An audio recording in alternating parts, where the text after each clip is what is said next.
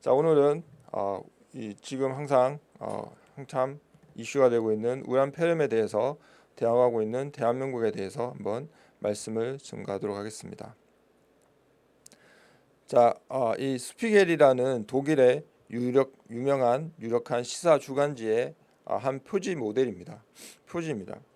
어, 여기에 보면 빨간 그 외투와 그다음에 마스크 이를 쓰고 있죠. 그래서 이 빨간 것은 수피겔에서는 이 중국 국기를 상징하는 붉은색 우비와 방독면을 착용하는 사람을 볼 수 있습니다. 그 밑에 굵은 글씨로 Made in China라고 되어 있습니다. 그러면서 그 코로나 바이러스 Made in China라고 적혀 있습니다. 이게 바로 2월 표지를 공개했습니다. 그래서 아주 강력 거센 반발에 쌓이고 있습니다.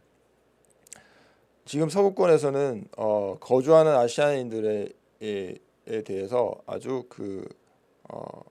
뭐 거의 심각하게 기피하는 그런 현상을 보이고 있습니다. 뭐 중국인이 아니라 아시아인 자체가 그렇게 그 서구권에서 꺼려하는 대상이 되고 있습니다. 그래서 오죽했으면 이 아시아인들이 이렇게 나는 바이러스가 아니다라는 해시태그라는 운동을 진행하고 있습니다. 그만큼 무분별한 차별과 혐오를 멈춰달라고 호소할 정도로 이렇게 무분별하게 하고 있습니다. 단지 이렇게 뭐 인종차별이 심하게 일어나고 있는데 단지 중국 사람과 비슷하게 생겼다고 해서 아시아인들이 이렇게 모욕감을 주고 심지어는 폭력까지 휘두르는 그런 사례들이 빈번하게 일어나고 있습니다.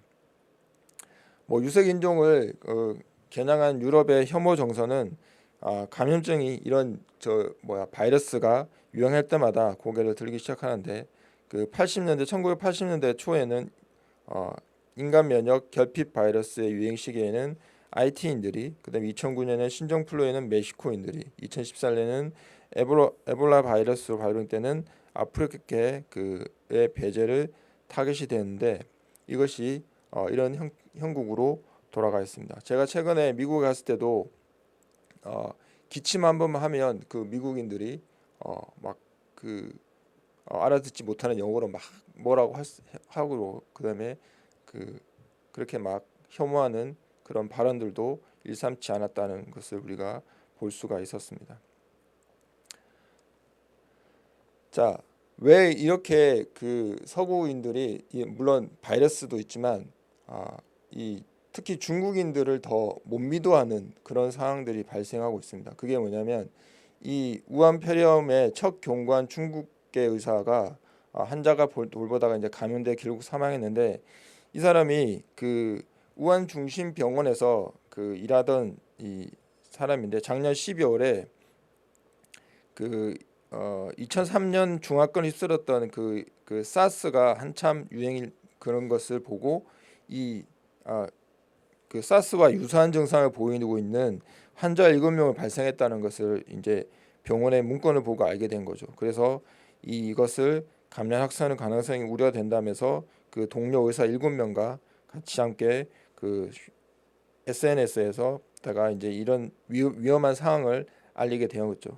이렇게 알리다 보니까 며칠 후에 중국 당국으로부터 허위 정보를 퍼뜨려 민심을 불안하게 만들지 말라면서 관련 사실을 계속 유포하면 체포당할 수 있다는 통보를 받게 되는 거죠. 그래서 리 씨와 동료 의사들은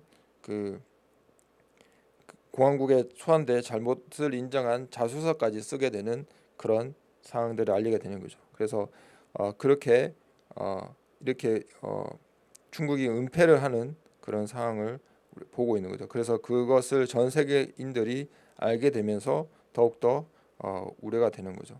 그러면서 리 씨는 그런 환자들을 돌보다가 감염돼 입원 치료를 받고 결국은 세상을 떠나는 첫 의료진이 된 거죠. 그래서 은폐하려는 중국 당국에 전 세계가 신뢰하지 않기 때문에 서구권에서 중국 또는 아시아인들을 혐오하고 있고 그런 것들을 지금 만연하게 일어나고 있습니다.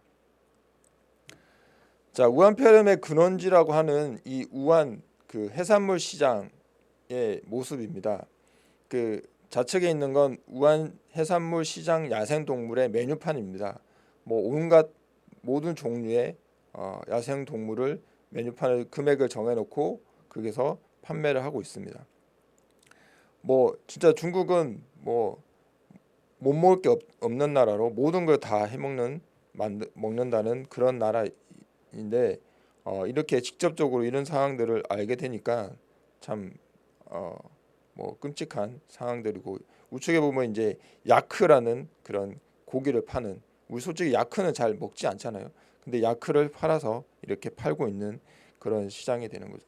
그래서 이게 그 사우스 차이나 모닝 포스트에서 CNN 등에서 영문 중국 뉴스 사이트에 이 우한 해산물 시장에 이 100가지에 달하는 야생 동물을 거래되고 있는 그것을 보고 이제 이렇게 된 거죠. 그래서 늑대부터 뭐 온갖 새끼들, 그러니까 뭐 여우, 악어, 도룡뇽, 뭐 뱀, 쥐, 공작새, 고슴도치, 낙타 등 뭐 112개 야생동물의 망라라는 하고, 그다음에 도축해서 집까지 배달해 준다고 홍보까지 하고 있습니다. 근데 이 우한폐렴에 처음 진단받은 환자는 이 시장에서 일하는 이었다라고 뉴스에 나와 있죠. 자, 아침에 우리가 좀 거북하긴 하지만 우한폐렴의 1차 숙주로 박쥐가 지목되어 있습니다. 이렇게 박쥐들을 뭐 탕으로, 그다음에 뭐 튀김으로, 하여튼 여러 가지 형태로 박쥐를 중국 사람들은 먹고 있다는 거죠. 자, 중국인들이 박쥐를 먹는 이유는 그 행운이라는 상징 때문에 박쥐를 먹는다고 합니다. 박쥐를 이제 중국 이 한자로 보면 편복이라고 하는데, 박쥐편의 박쥐복, 이 여기에 있는 박쥐복의 복은 복복자라고 글자와 비슷하다고 해서 이 중국인들은 박쥐가 복을 의미한다라고 해석을 하고 있다는 거죠. 그래서 예로부터 중국인들은 박쥐를 행운의 상징으로 여겼다라고 보고요. 근데 미나나 공예품에 박쥐 무늬를 흔히 볼 수 있는데, 중국 별전에도 박쥐 그림이 사용되는데, 이렇게 그 다섯 그림의 청자에도 이렇게 박쥐의 모양이 그림을 들어 있습니다. 그다음에 5마리의 박쥐는 오복을 뜻하는데, 그 오복은 오래 사는 것, 부유해지는 것, 건강하게 사는 것, 유호덕, 덕을 좋아하고 쌓는 것, 고정명, 죽음을 깨끗이 맞자는 것을 해서 이 오복을 5마리의 박쥐를 오복을 뜻한다라고 얘기를 하고 있는 거죠. 물론 우리나라도 뭐 이렇게 뭐 정말 옛날에 뭐 사슴피라든지 여러 가지 다양한 그런 뭐 건강에 좋다는 것들, 또 뭐 몸에 좋다는 것들, 뭐 다 좋다는 것들을 이렇게 많이 했지만 우리나라보다 중국이 더 심한 그런 것들에 있지 않을까. 그래서 정말 그 복을 받기를 원하는, 진정한 복은 이런 것이 아닌데, 그 진정한 복이 이런 것은 아닌 것을, 진리를 잘 모르는 것을 볼 수가 있다는 거죠. 그래서 이 우한폐렴에 또 우리가 한번 잠깐 증상을 보면 뭐 이 우한폐렴에 남성이 여성보다 발병률이 더 높게 발병한답니다. 그래서 이 그 우한에서 그 99명의 감염된 환자들을 대상으로 조사 분석한 보고서를 세계적인 의학저널 란셋에 30일에 게재했는데, 그게 남성이 여성보다 발병률이 더 높다. 그 이유는 여성은 선천적으로 면역에 중요한 역할을 하는 X 염색체와 성 호르몬이 존재하는데, 이 때문에 바이러스에 민감하게 반응하지 않는다라고 주장을 하고 있습니다. 그다음에 증상의 빈도는 발열, 기침, 호흡곤란, 근육통, 정신혼란 순으로 이렇게 이어지는데, 그 연구팀은 그 우한폐렴 확진 환자 99명 증상의 사례를 분석하면 발열이 82명, 그다음에 기침이 82명, 호흡곤란이 31명, 근육통이 11명, 정신혼란 순으로 9명으로 증상이 빈도가 높았다라고 얘기하면서 그밖에 이제 두통이라든지 인후통, 콧물, 가슴 통증, 구토감을 겪는 환자도 있었다라고 이렇게 보였다는 거죠. 그다음에 또 확진 환자들의 자세한 상태를 알아보면 흉부 엑스레이와 CT 촬영도 진행하는데 75%의 74명의 환자가 양측석 폐렴, 그 양쪽 폐에 폐렴 증상이 나타나는 것을 증상을 보였다라고 하면서 나머지 한쪽 폐에서만 폐렴 증상이 나타나는 14%의 환자는 폐 곳곳에 반점이 보이거나 폐가 불투명해지는 증상을 나타내는 현상을 보이고 합니다. 그다음에 이제 합병증으로 뭐 장기 손상을 동반해서 이 치사율을 높이는 그런 사항을 발생을 하게 되는 거죠. 이거 그래서 뭐 보통 우리가 기침이나 이제 발열 이러면 우리 보통 이제 이 우한폐렴이 빨리 확산되는 게 중에 하나가 뭐냐면 대부분 이제 감기라는 그런 우리가 지금 한국에서는 단순한 그릇으로 생각해서 그냥 넘어가는데 이 발열과 기침, 호흡곤란 이런 것들이 증상의 빈도가 높게 나타나고 있다라고 보시면 되겠습니다. 이 한국15의 이날 사평을 통해서 우한 같은 성도급 도시가 폐쇄된 것은 신중국 건국 이후 처음이라는 거죠. 그만큼 이 우한 폐렴이 확산의 현황이 심각하고 한국15는 우한 봉쇄는 갑작스럽게 이루어진 것이 아니고 이미 최근 며칠 새 우한 폐렴 환자 수가 폭발적으로 증가하면서 이 정도 수위의 조치는 예견되어 있었다라고 볼 수 있는 거죠. 그러니까 이렇게 많은 우한 폐렴 확산들이 확산되고 있고 현재까지 확인된 확진 환자 그 대부분은 우한과 관련이 깊이 있다라고 보시면 되겠습니다. 그러니까 중국인들이 원체 인구가 많기 때문에 이 인구들이 전 세계로 어떻게 퍼져나갈지 우리가 감당을 할 수가 없다는 거죠. 뒤에 보시면 아시겠지만 여기에 보면 우한 폐렴의 확산 속도로 보면 엄청난 속도로 확산이 되고 있거든요. 이렇게 주변에 차이나 주변에 그다음에 이런 형국의 이 확산 그래프로 보시면 막대기 그래프로 보시면 급격하게 올라가는 현상을 볼 수가 있습니다.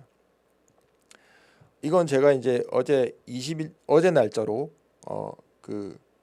이 우한 폐렴 관련 사이트에서 이렇게 보면 지금 토탈 인원이 거의 뭐 한 34,900명 정도 되는데 그게 보면 여기 이제 메일랜드 차이나에서 34,000명 그다음에 그 어느덧 주변 이제 국가로 보면 싱가포르이 33명 그다음에 뭐 타일랜드가 32명 가장 이제 그 많은 주변에 홍콩 그다음에 재팬 의외로 재팬이 많이 있고요. 그다음이 저희가 대한민국이 한 5번째 정도 24명 이렇게 되어 있습니다. 그리고 제가 그 2시간 후에 그 오전에 찍었더니 이렇게 100명이 또 넘어가는 그런 상황이 발생했던 거죠. 그만큼 이렇게 많은 환자들이 발생하고 있습니다. 그러면 그 우한 폐렴에 대해서 전 세계 국가들의 대응은 보면 세계 각국에서 이제 중국발 여행객들에 대한 입국을 금지하고 있습니다. 그래서 미국 같은 경우에 최근 2주간 중국을 다녀온 외국 국적자의 입국을 잠정 금지한다고 해서 그 중국에서 미국으로 들어오는 모든 항공편의 7개 주요 공항을 몰아 탑승객 감염 여부를 집중 검사할 예정이다라고 되어 있고요. 일본은 최근 14일 이내에 중국 후베이성에 체류한 적이 있는 모든 외국인들의 입국을 원칙적으로 거부하고 있습니다. 그리고 지금 일본은 크루즈를 띄워서 아예 바다에다가 그 격리를 시켜놨는데 거기에서도 계속 확진 환자들이 계속 일어나고 있는 상황인 거죠. 호주 정부도 마찬가지로 중국에 출발한 외국 여행대 입국을 금지하고 있고요. 중국에 대한 여행 경보를 4단계로 더 올려서 시민들의 중국의 여행을 가지 말라고 권고하고 있다고 합니다. 싱가포르 역시 14일간 중국 본토를 방문한 외국인의 싱가포르 입국 또는 경유를 금지하고 있고 홍콩에서도 중국 본토에서 오는 모든 방문국에게 입경을 금지해달라고 요구를 받아들이지 않아서 파업을 결의하고 있는 그 공공의료인들이 파업을 하고 있는 그런 상황인 거죠. 정말 중국인들이 뭐 엄청나게 많은 그 볼 수 있죠. 뭐 최근에 미국 갔을 때도 보면 그 기내에도 거의 주변 모든 사람들이 중국인이었던 것을 우리가 볼 수가 있죠. 경유지도 많이 오고. 그다음에 이제 중국행 그 항공 노선을 전부 또는 일부 중단한 나라도 계속 늘어나고 있다는 거죠. 베트남 민간 항공 당국은 그 1시부터 중국, 홍콩, 마카오, 대만 등 중화권 노선의 모든 항공편 운항을 무기한 중단한다고 발표했고요. 동시에 최근 2주 사이 중국을 방문한 외국인에 대한 관광 비자 발급을 중단했다고 말하고 있습니다. 이탈리아 정부는 그 이를 내각 회의를 해서 국가 비상 상태를 선포하고 중국을 오가는 모든 항공편을 취소하는 대책을 내놨고요. 파키스탄도 중국과 자국 사이로 오가는 모든 직항편 항공 노선을 잠정 중단하고 있습니다. 그다음에 러시아도 1위부터는 모스크바를 제외한 지역 공항들에서 중국행 정기 항공편 운항을 중단하며 중국과의 단체 무비자 관광과 중국인에 대한 취업 비자 발급을 일시 중단한다라고 밝혔습니다. 그만큼 이 우한 폐렴 이 확산이 왜냐하면 중국 인군들이 원체 많기 때문에 전 세계적으로 퍼져나가기 때문에 이것을 각 나라별로 중국인에 대해서 중국 노선에 대해서 막고 있다. 그다음에 이제 보면 중국 압박에도 버티는 이탈리아라고 해서 이렇게 기사들이 나와 있는데 직항 노선 운항 중단을 고수한다는 내용인데 이탈리아가 최근에 들어서 중국의 자금을 엄청 많이 들여오고 그 중국과 그런 유대관계 경제적인 그런 관계들이 엄청 치열한데 그 지난 3월에 작년 그 신진핑 중국 국가 주석의 국빈 방문을 계기로 선진 7개국 G7 가운데 처음으로 중국의 글로벌 확장 정책인 일대일로에 동참하게 하는 등 경제적으로 밀착한 관계인 거죠. 왜냐하면 이 G7 같은 경우에 대부분이 미국과 연관돼 있던 나라들이 일대일로는 대부분 탈퇴하는데 오히려 그 이탈리아는 그 일대일로에 같이 동참하는 그런 상황인데도 이탈리아 그 경제에 미치는 중국의 영향은 중대한데 이렇게 그 이탈리아의 그 중국항 직항 노선은 모든 걸 중단하는 정도의 그런 심각한 상황인 거죠. 그만큼 이 이탈리아는 자국민을 위해서 또 자기 나라의 안전을 위해서 이렇게 그 경제적인 위험도 감수하면서 버티고 있다는 거죠. 그렇게 이렇게 이런 나라들이 이렇게 고수하고 있는데 그러면 지금 대한민국 정부는 어떠한지 한번 이 시간 잠깐 보도록 하겠습니다. 대한민국의 대응을 보면 진천 아산이 뭐 그 우한 교민들을 그 송환해서 전 세계로 띄워서 데리고 왔는데 이제 뭐 처음에는 천안 뭐 이쪽으로 했는데 진천 아산 쪽으로 보내니까 그쪽 주민들이 이렇게 막 이제 그 목소리가 높아졌죠. 그랬더니 이제 문 대통령이 약속한다면서 불안해하지도 않아도 된다라고 얘기를 대통령이 직접 얘기합니다. 그런데 공공기관 집단 휴가에 주민들이 오히려 배신감을 느끼는 거죠. 그 주변에 그 정부 출연 공공기관들은 다 휴가를 내는 그런 상황이죠. 여기 보면 뒤에 빨간 그 색깔이 있는 게 그 격리시설인 거고요. 그 주변이 이제 한국교육개발원 직원 500명, 한국교육가정평가원 직원 390명 이 모두가 다 그 공공기관들이 휴가를 내는 집단 휴가를 내는 이런 상황이 발생을 했다는 거죠. 대통령은 이렇게 그 불안해하지 마라라고 하면서 공공기관은 오히려 집단 휴가라 가는 그런 어처구니 없는 그런 상황이 되는 거죠. 이황준 명지의료재단 이사장은 이건 다음이죠. 자, 확진자와 1시간 반 불고기 먹는데 그 밥을 같이 먹었는데 일상 접촉자라고 얘기를 하는 거죠. 그래서 그 질본의 6번 확진 환자를 밀접 접촉자로 분류했다면 늦어도 26일은 자가 격리에 들어갈 것이다라고 했는데 그는 일상 접촉자로 분류돼 30일 격리 전까지 일상생활을 했다는 거죠. 그만큼 지금 이 대한민국은 이 우한폐렴에 대해서 뭐 지금은 이제 어느 정도 그 뭐 프로그램이나 그런 프로세스가 자리 잡혔겠지만 최근까지 이렇게 이런 것들이 전혀 이루어지지 않았다.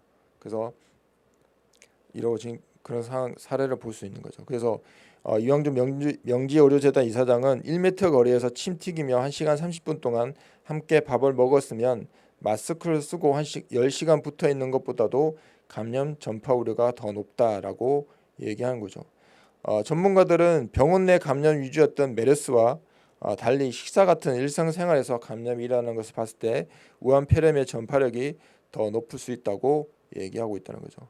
이종구 전 질병관리본부장은 인플루엔자에 걸린 한 사람이 1.4, 1.5명을 감염시킨다고 보는데 우한 폐렴은 2.2명을 감염시킨다는 연구가 있다라고 얘기하고 있다는 거죠.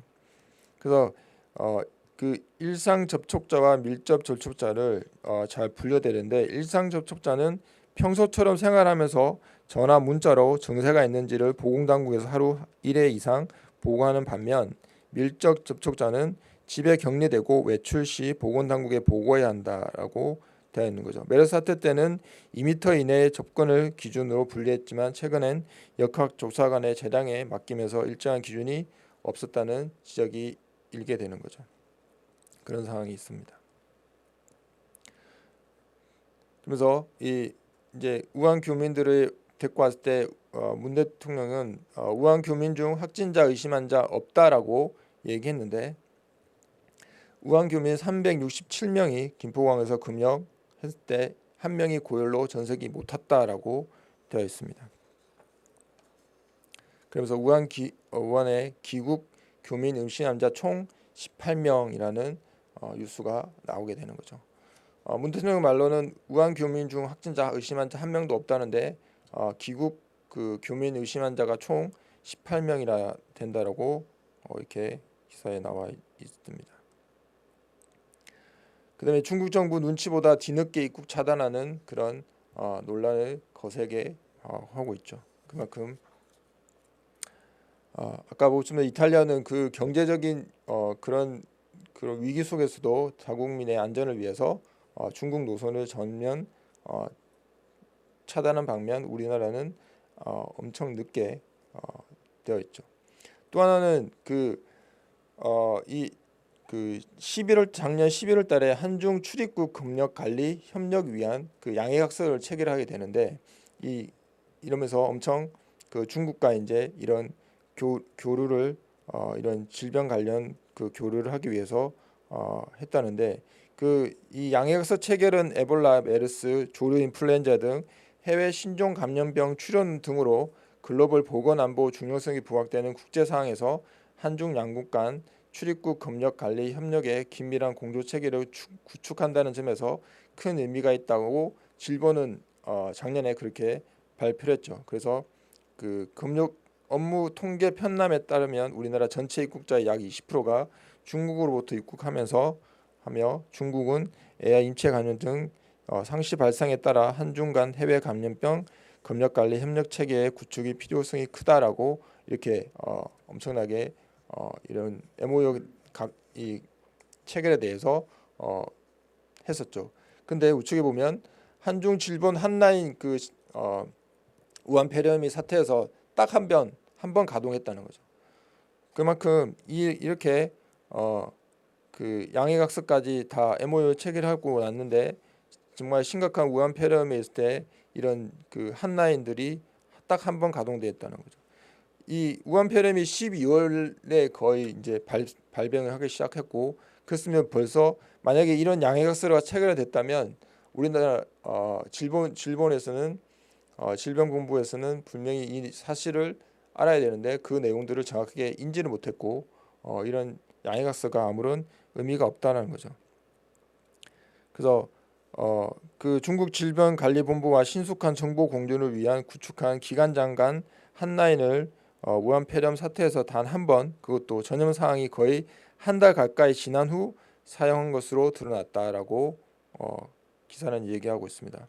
그래서 중국의 불투명한 정보 공개가 논란이 커지고 있고 빠른 전파력을 보이며 국내 전염이 진행되는데도 방역의 최전선에서 있는 질병관리본부가 한라인을 적극 가동하지 않은 것은 문제가 있다는 것을 볼 수가 있다는 거죠.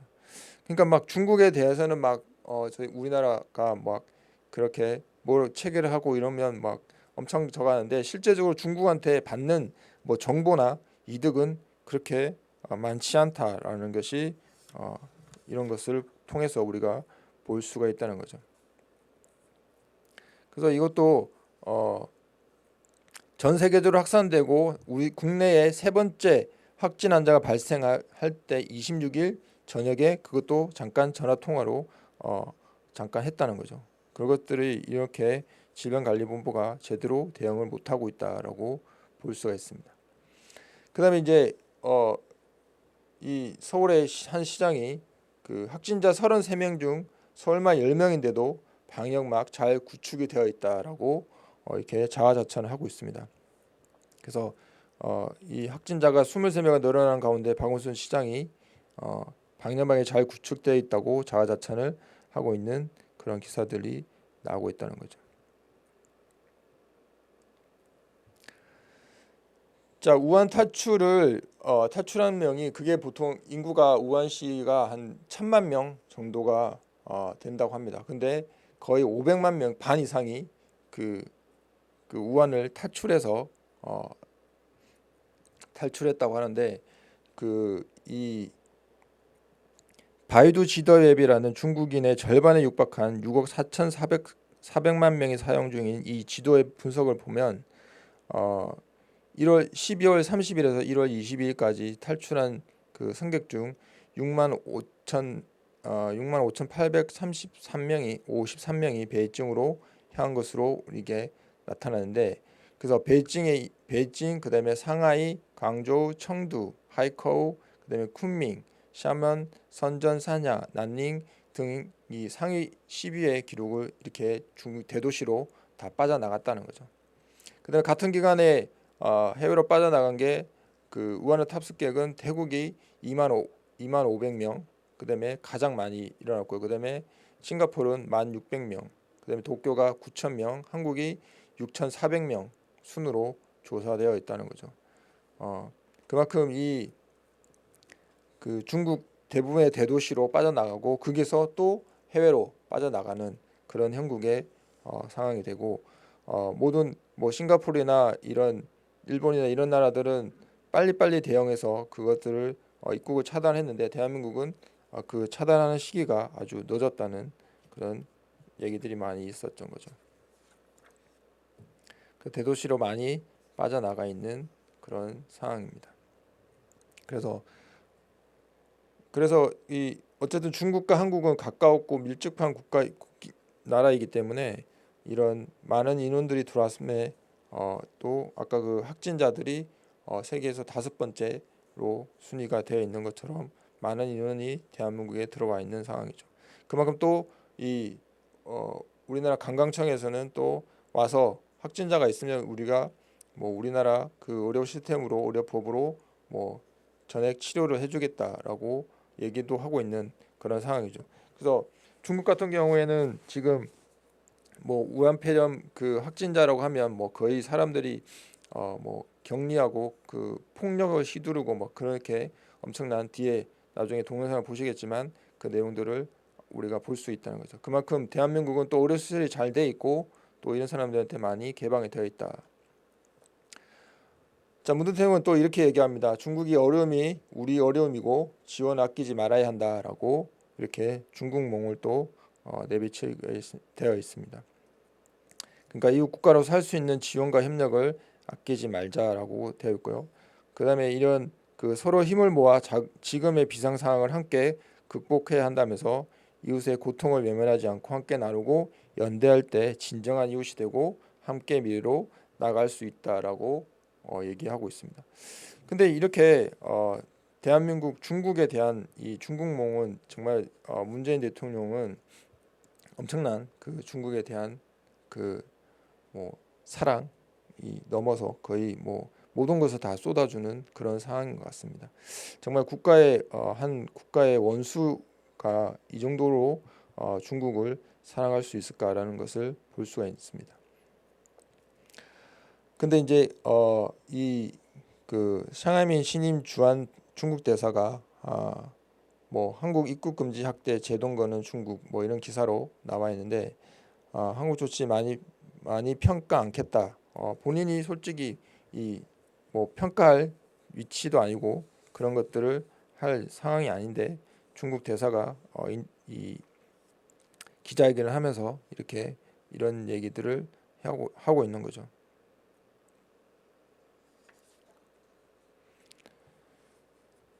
또한 이 중국 동방항공에서 바이러스 확산 지역에 한국인 승무원을 집중 투입을 한다고 합니다. 그래서 뭐 그 제보를 받은 그 언론사에서 그 단독 보도를 한 상황인데 동방항공 소속 한국인 승무원들이 그 고충을 얘기하는데 이 그 자국이나 아니면 한국 외의 외국인 승무원들이 보통은 자국인들이 대부분 이제 국내 바이러스 확산 지역으로 많이 가는데 이거 바이러스 확산되면서 그때부터 뭐 휴가를 내든지 연차를 내든지 여러 가지 그런 상황을 하면서 이 한국인들이 집중 승무원들이 집중 투입이 되는 그런 상황이 발생하고 되어 있습니다. 보통은 이런 그 비행 노선은 그 자국 승무원들이 대부분 가는데 그들이 다 빠져나가면서 한국 승무원들을 투입하게 되는 상황이 되는 거죠. 원래는 외국 국적 승무원을 잘 투입하지 않는데 이렇게 투입을 했다라고 하면서 또 뭐 최근에는 유급 휴가로 졌다라는 기사가 또 나오기도 했습니다. 그래서 중국에 마스크를 보내고 정부가 300만 개를 중국에도 보내고 또 그다음에 51억을 500만 불을 또 중국에게 지원하는 그런 대한민국이 이렇게 하면서 이런 쏟아지고 있죠. 그다음에 67개 도시 4억 명 이동을 제한하는데 항공편은 그냥 열어둔. 그러니까 중국은 76개 도시에 4억 명 이동을 제한을 하는데 항공편을 그냥 열어둔 대한민국이라는 거죠.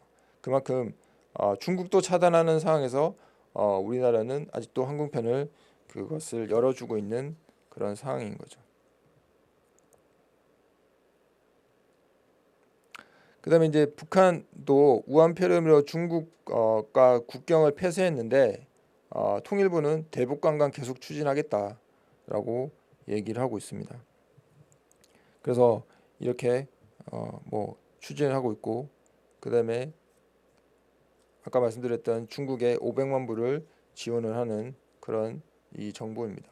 그냥 뭐 이 정부는 뭐 거의 북한과 중국에 대해서는 정말 진짜 이 정도의 사랑을 대한민국에 쏟으면 얼마나 우리 국민들이 좋아할까라는 생각을 한번 하게 됩니다. RFA라는 그 북한 전문 여행사들이 중국 북한은 국경을 폐쇄했다. 중국이 북한에다가 국경을 폐쇄하라고 그렇게 또 얘기를 했다는 거죠. 근데도 이 통일부는 사항을 예시하면서 북한 강각 계속 추진하겠다라고 하는 거죠. 북한에서 뭐 새로운 움직임은 없는 것으로 파악하고 있다면서 북한이 2003년과 2004년 사스 때문에 그 금강산 관광 중단을 요청한 적이 있다고 설명했고 이처럼 통일부 등 정부 관계 기관은 우한폐렴의 심각성을 크게 느끼지 않는 모양새다라고 이 기사들은 나오고 있죠. 그래서 세계는 지금 우한폐렴의 공포로 선언스러운데 이 대한민국은 이렇게 북한 관광을 계속 추진을 하겠다는 어처구니 없는 그런 상황을 발생하고 있습니다. 그다음에 이제 민주당에서는 북한에 감염된 진단 키트, 마스크 등 의료 장비 지원을 검토해야 된다. 물론 뭐 북한이 그런 북한의 취약한 보건 의료 체계는 뭐 그런 것들을 고려해야 되겠죠. 그렇지만 이 뭐 여러 가지 열감지 카메라라든지 감염병 진단 키트라든지 손 소독제, 마스크 뭐 이런 것들을 의료 현장에 물자 지원이 필요하겠죠. 근데 여러분도 아시겠지만 뭐 지금 현상에 지금 대한민국도 마찬가지로 마스크가 동나서 거의 뭐 마스크 구하기가 쉽지 않고 특히 손 소독제는 구하기가 너무 힘듭니다. 그것을 구할 수 있는 것은 개인이 구할 수 있기는 정말 하늘의 별따기처럼 어렵습니다. 이렇게 또 북한의 포주기식입니다. 아까 말했지만 그 헬스 대사가 뭐 그 북한 관광에 대해서 얘기했을 때는 여당은 주권 침해 논란을라고 막 그 얘기했고 청와대도 그거에 대해서 막 그 주권 침해 뭐 이런 그 식으로 얘기했죠. 특히 이 송영기 국회의원은 뭐 당시 대사가 향후 제재를 촉발할 수 있는 오해를 피하려면 한미 워킹그룹을 통해 다루는 것이 낫다라고 해외 대사가 얘기했는데 청와대 관계자는 대단히 부적절하다. 그다음에 송영길 의원도 당시 라디오 인터뷰를 통해서 대사가 무슨 총독인가라며 대사 위치에 걸맞지 않는 좀 과한 발언이다라고 이렇게 얘기했고요. 근데 이상민 통일부 대변인도 저희가 언급할 필요성을 느끼지 않는다라고까지 얘기를 했습니다. 그런데 이런 그 중국 대사의 이런 것에 대해서는 단 한마디도 얘기하지 않으면서 일전에 얘기했을 때 이게 진행자가 물어본 죠. 일전에 해리 해리스 주한 미 대사가 남북 교류에 대해 제동을 거는 듯한 발언에 의원님이 조선 통독이냐고까지 하면서 강도 높게 비판했는데 이 중국 대사의 그 어제 발언에 온도 차이가 있다고 보는가라고 했을 때 온도의 문제가 아니라 해리스도 여기도 그 상하이밍도 대사의 발언 아닌가 정부 당국이 공식 발표한 것도 아니지 않나라고 말을 돌리는 거죠. 그만큼 이거에 대해서 말이 되는 거죠. 그러니까 미국이 하면 이렇게 막 그 핏대를 올리는 여당과 그다음에 국회의원 청와대인데 중국이 하면 그냥 뭐 조용히 넘어가는 그런 형국이 이 지금 현실의 이 대한민국 정보인 것 같습니다. 제가요 그 1월 31일 날 그 마스크를 주문을 했어요. 이렇게 비싸게 주고도 주문을 했단 말이죠. 1월 31일 날 보통 이 마스크가 지금 가격이 판매가가 11만 4천 원이거든요. 엄청나게 비싸잖아요. 고가의 마스크를 사게 됩니다. 보통은 이 가격에 사지 않죠. 보통 그 한 뭐 5배 더 이 뻥튀기가 되어 있는데 저한테 이제 문자가 왔어요. 처음에는 2월 10일 날 배송이 되겠다 했는데 변경 후에 2월 11일 날 또 배송을 하겠다라고 되어 있는 거 이렇게 문자가 왔어요. 배송 준비 중이고 나와 있고 이건 뭐 해외에서도 와도 이거보다 빨리 올 수 있는데 이렇게 마스크랑 손소독제를 구하기가 어려운 이 대한민국에서 왜 그러냐고 한번 봤더니 이런 상황들이 많이 발생하고 있더라고. 그러니까 중국의 방역 마스크 뭐 호남 대학교 민간 차원에서도 대학교 10,000개 그다음에 그 강원도 자매결연 중국 지린성에 마스크 30만 개 이렇게 막 보내고 있죠. 그것도 그 KF94를 보내고 있는 거죠. 그다음에 강주시도 중국 자매 우호 도시의 의료용 마스크 5만 개 지원하고요. 전북도 자매 우호 중국 장수성의 마스크 10만 개를 지원하고 있는 상황입니다.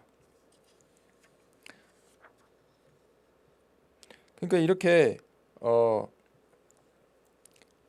그 대한민국 국민들이 막 비싼 값에 마스크를 사고 있는데 이렇게 그 민간이나 뭐 공공기관에서도 정부에서도 이렇게 중국에 많은 그 정부를 지원하고 있다는 거죠.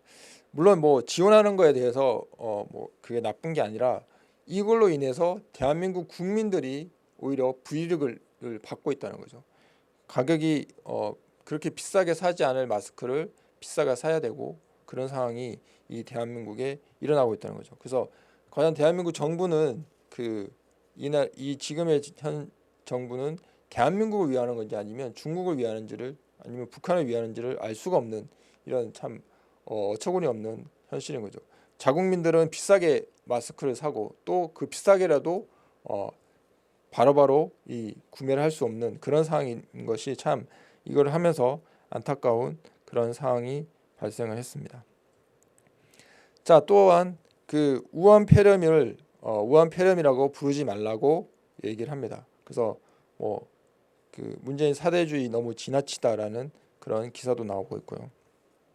그다음에 이 그 더불어민주당의 원내대표의 발언을 놓고 보면 보다 넓은 시각으로 한중 관계를 바라봐야 된다라고 한 거죠. 그래서 원내대표는 어려울 때 친구가 진짜 친구라는 말이 있다. 이런 상황일수록 한중 양국 국민의 혐오를 부추기는 행동을 자제해야 한다라고 보다 넓은 시각으로 한중 관계와 미래를 내다보는 정부의 노력이 필요하다라고 얘기하는 거죠.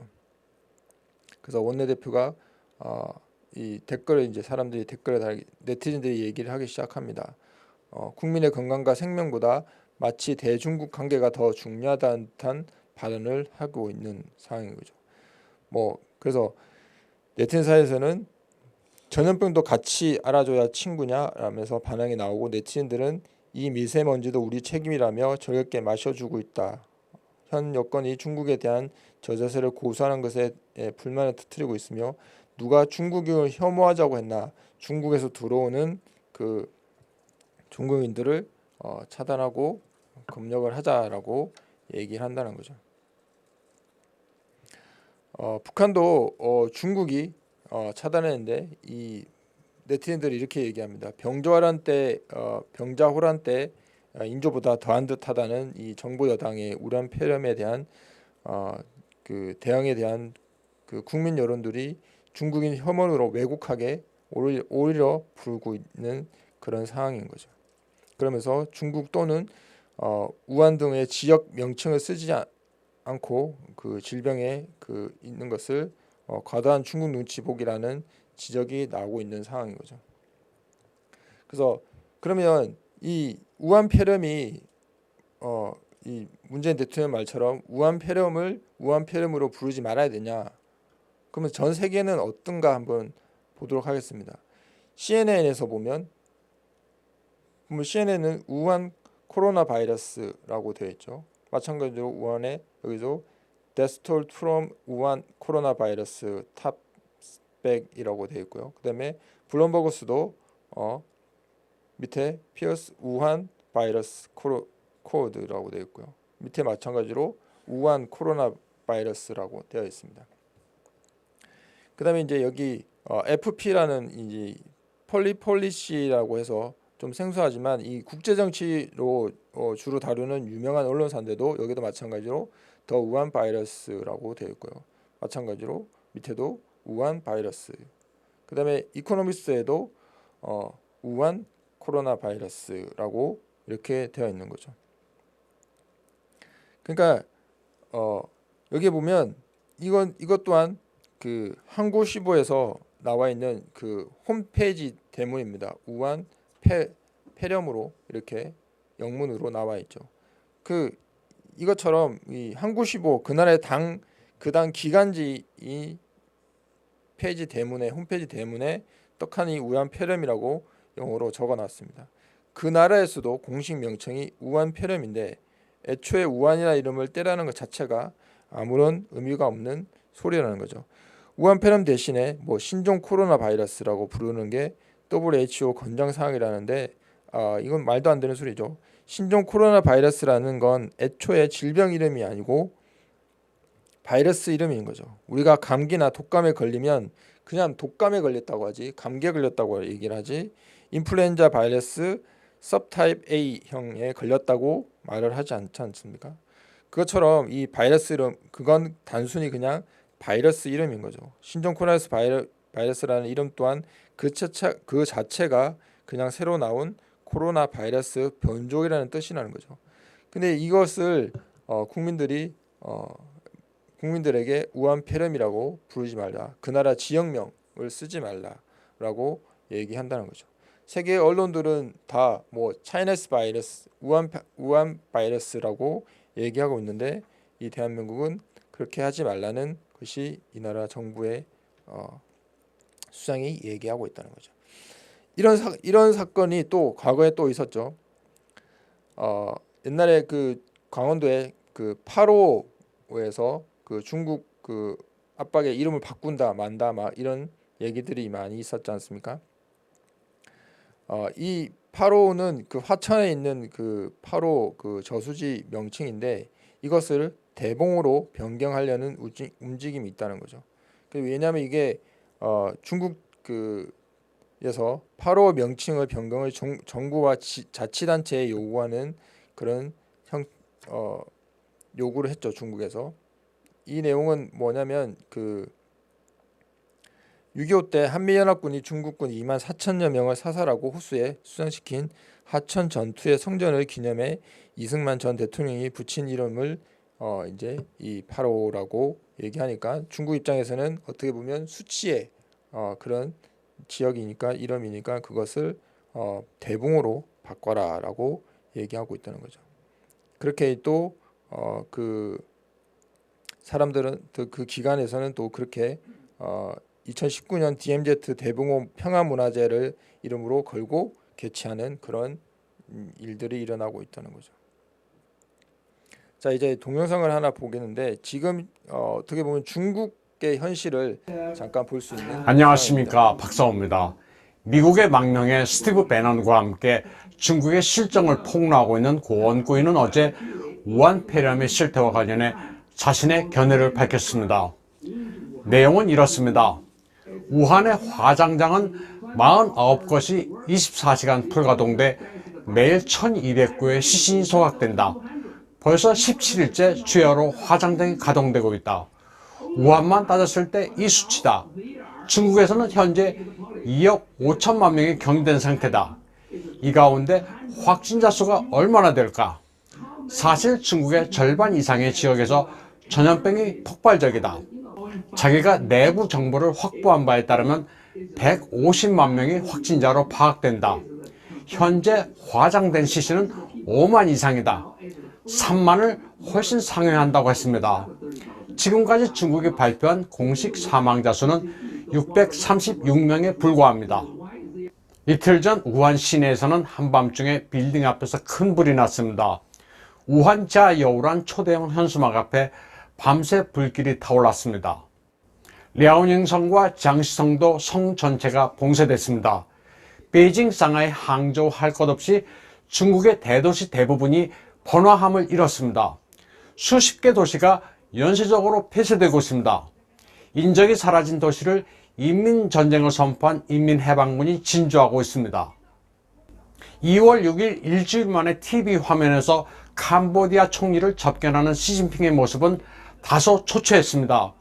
머리가 반대로 변했음을 알 수 있습니다. 중국은 지금 전 국민을 대상으로 전염병이 퍼지니 나돌아다니지 말라는 통제 정책을 취하고 있습니다.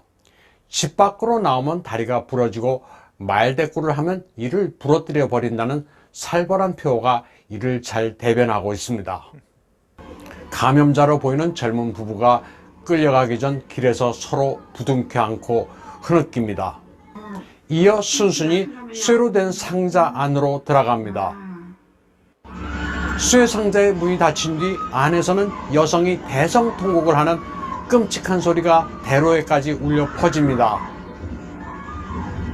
보균자로 보이기만 하면 공안은 물론 일반인들까지 달려들어 무차별 구타하고 체포하는 일이 다반사로 벌어집니다. 한 가정도 한 사람도 남김없이 물 셀 틈 없이 색출하라는 것이 당국의 방침입니다. 비감염자들은 보균자를 적대시하는데 거리낌이 없습니다. 길거리에서는 그야말로 사람 사냥이 벌어집니다.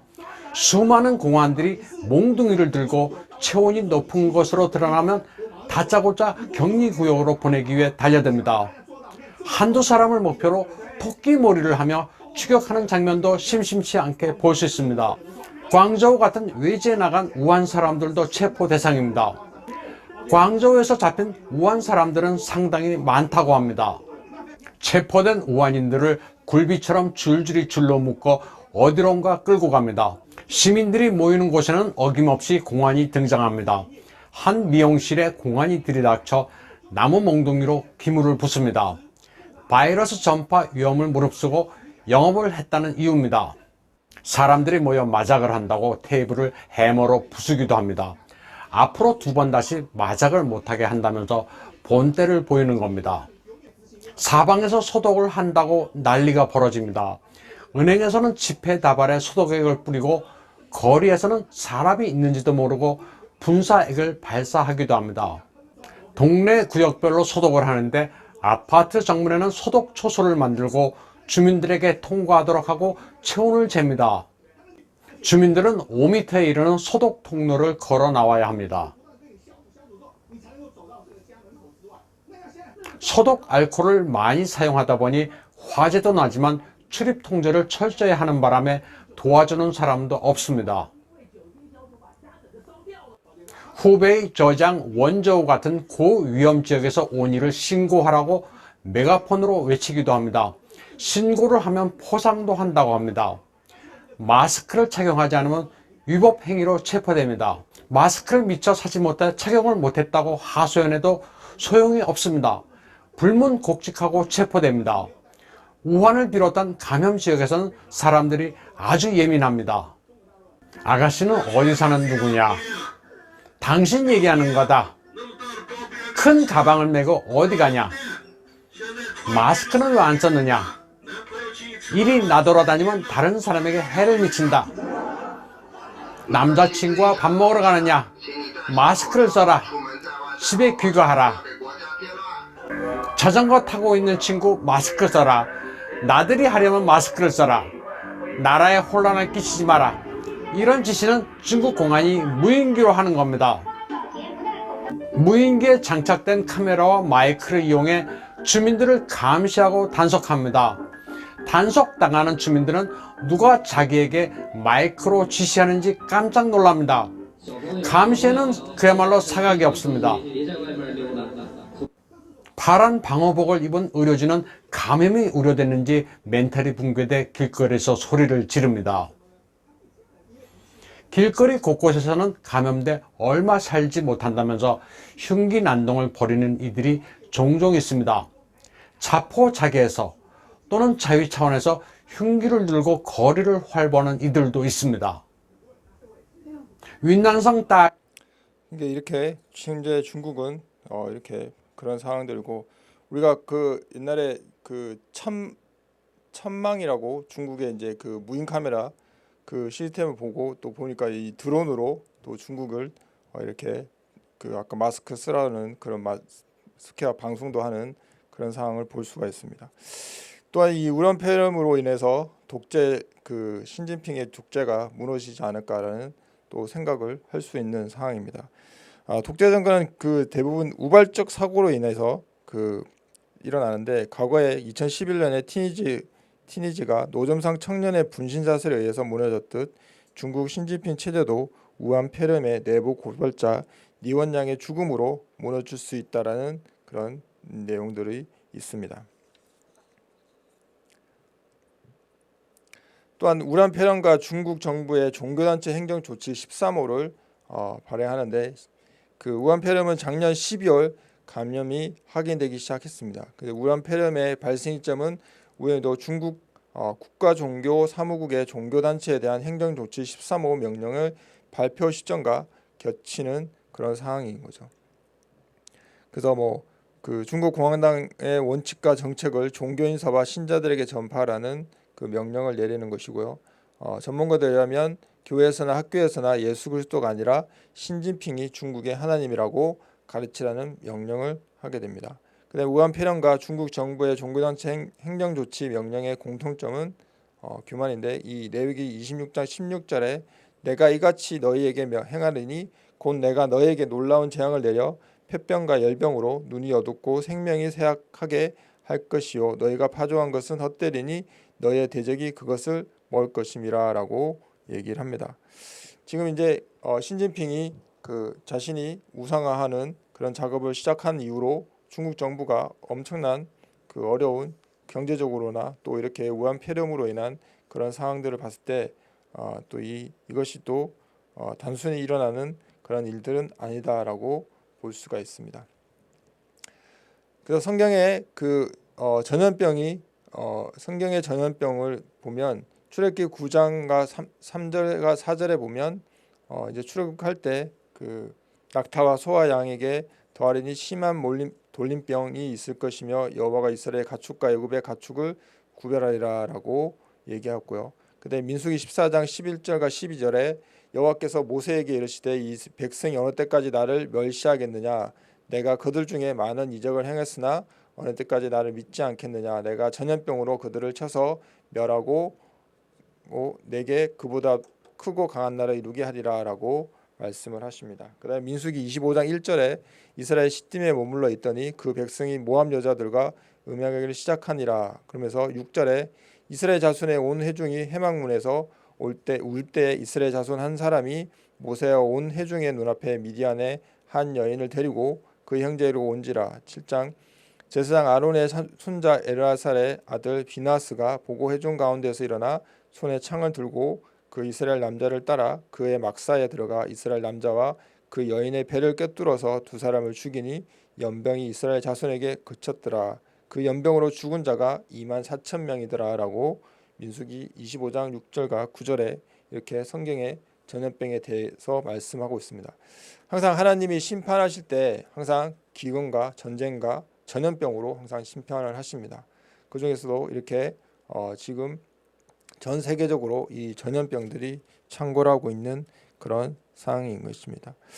과거에 이 성경에서는 이 전염병은 이스라엘 향한 하나님의 진노시고 전염병은 하나님의 백성들이 주님께 눈을 고정하도록 하는 손가락과 같고 전염병의 결과로 신앙이 정금같이 다듬어지는 백성들이 나오게 되는 거죠. 우리가 보니 이 사람은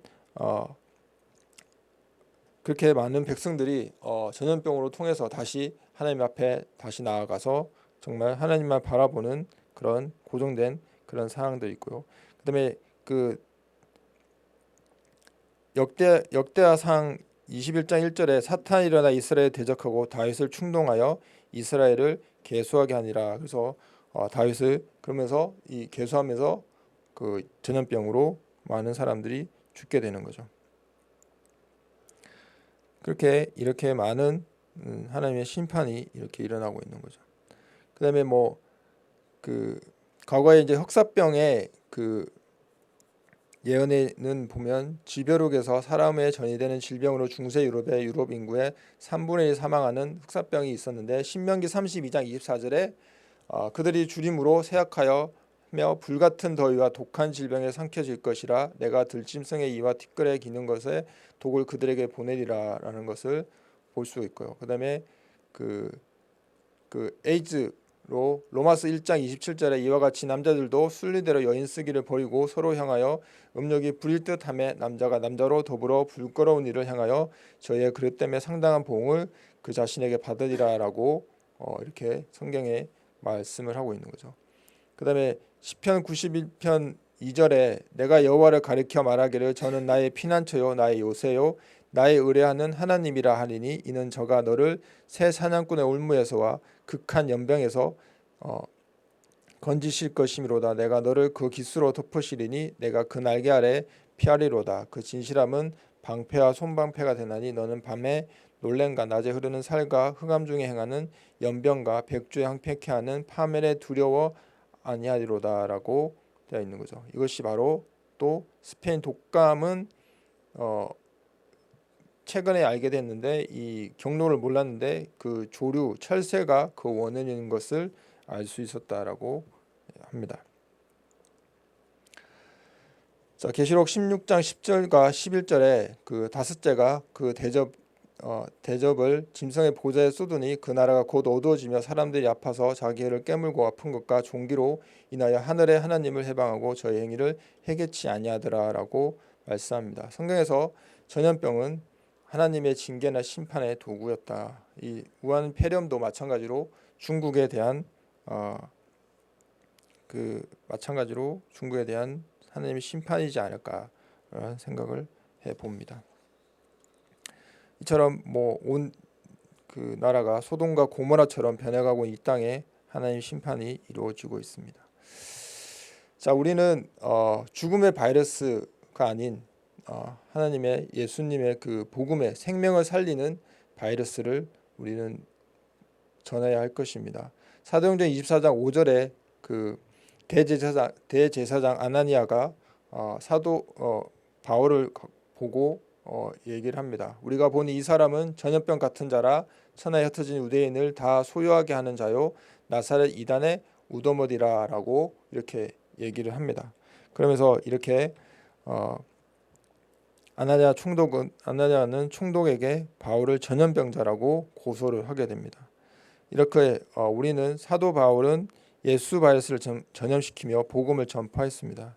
메르스나 우한폐렴처럼 생명을 죽이는 바이러스가 아니라 생명을 살리는 바이러스를 전파했습니다. 우리나라를 비롯한 중국발 우한폐렴으로 생명의 위협뿐만 아니라 해외여행, 각종 모임이나 집회 등 모든 것이 취소되어 경제적 손실도 엄청납니다. 이런 현상에서 어떤 하나님의 뜻이 숨어 있는지를 우리가 또 봐야 할 것입니다.